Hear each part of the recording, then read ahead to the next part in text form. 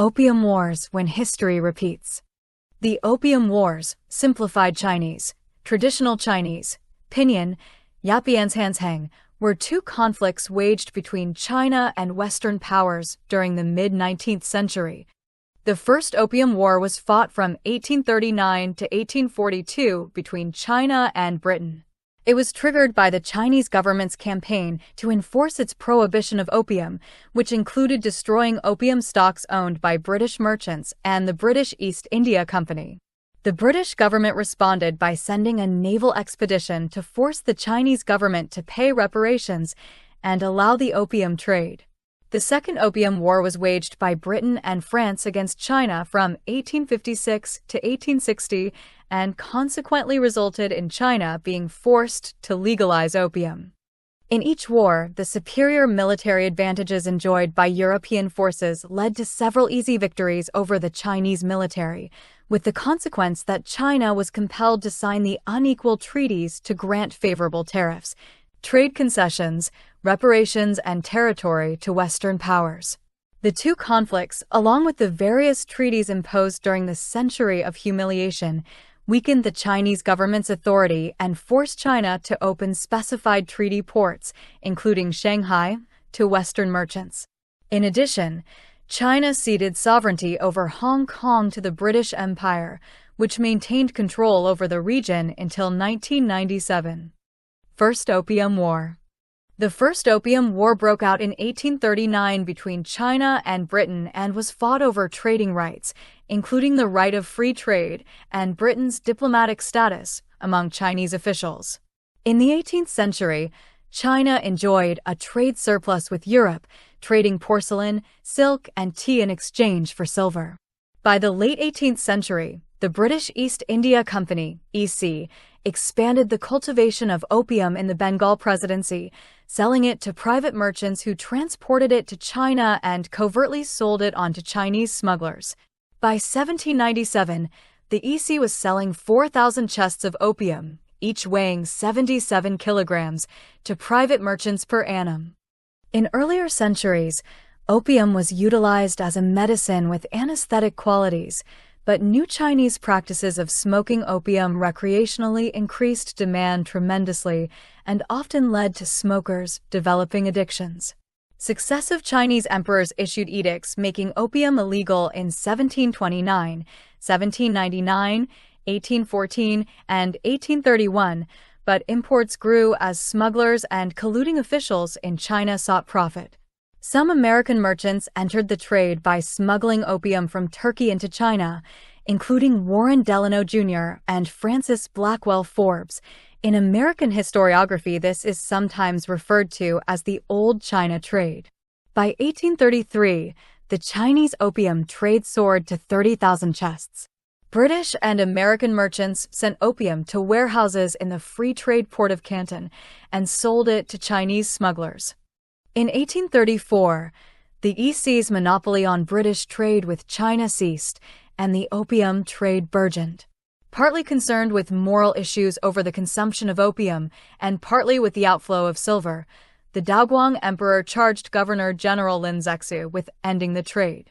In 1839, Lin published in Canton an open letter to Queen Victoria requesting her cooperation in halting the opium trade. The letter never reached the Queen.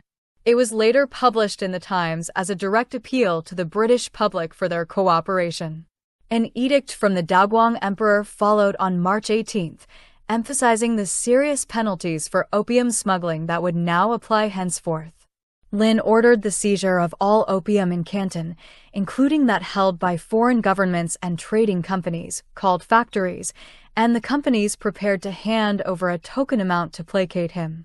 Charles Elliot, chief superintendent of British trade in China, arrived 3 days after the expiry of Lin's deadline, as Chinese troops enforced a shutdown and blockade of the factories. The standoff ended after Elliot paid for all the opium on credit from the British government, despite lacking official authority to make the purchase, and handed the 20,000 chests, 1,300 metric tons, over to Lin, who had them destroyed at Human. Elliot then wrote to London advising the use of military force to resolve the dispute with the Chinese government.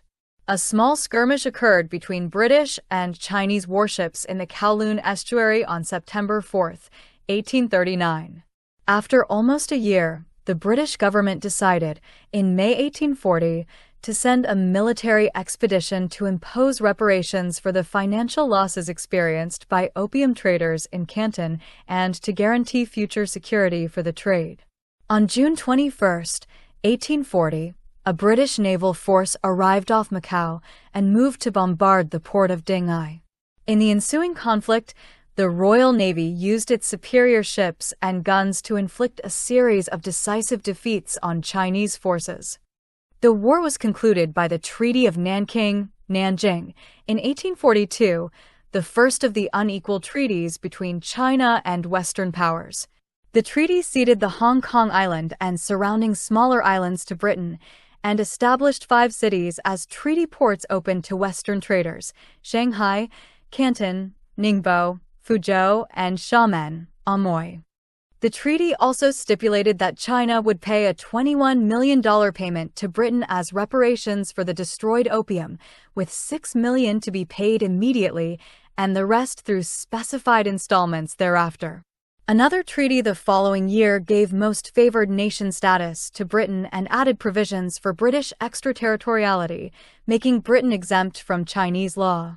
France secured several of the same concessions from China in the Treaty of Whampoa in 1844. Second Opium War.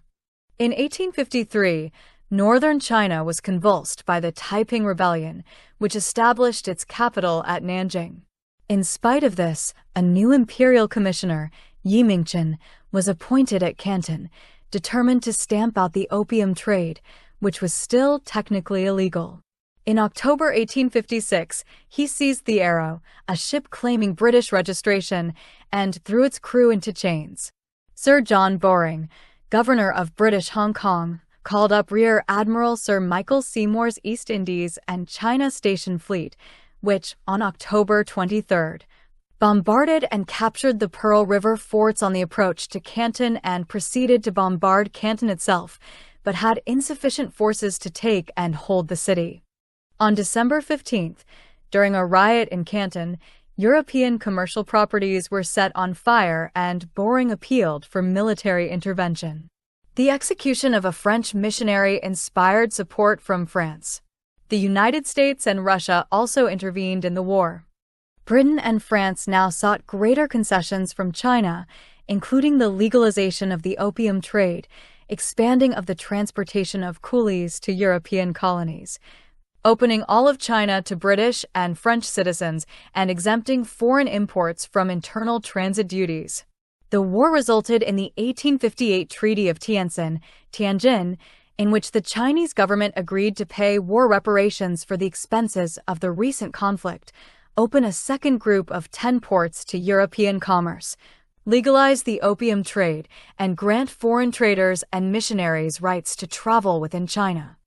China was also required to use diplomacy in the Western, egalitarian style instead of their normal way of conducting business, with lesser states, through a tribute system. This treaty led to the era in Chinese history known as the Century of Humiliation. This term refers to China's loss of control of many territories to its enemies after being forced into treaties which they considered unfair. Even though the treaties were signed in 1858, there was still Chinese resistance to its principles, including the residence of foreign ambassadors in Beijing. The British continued to attack the Chinese. After a second phase of fighting which included the sack of the Old Summer Palace and the occupation of the Forbidden City Palace complex in Beijing, the treaty was confirmed by the Convention of Peking in 1860.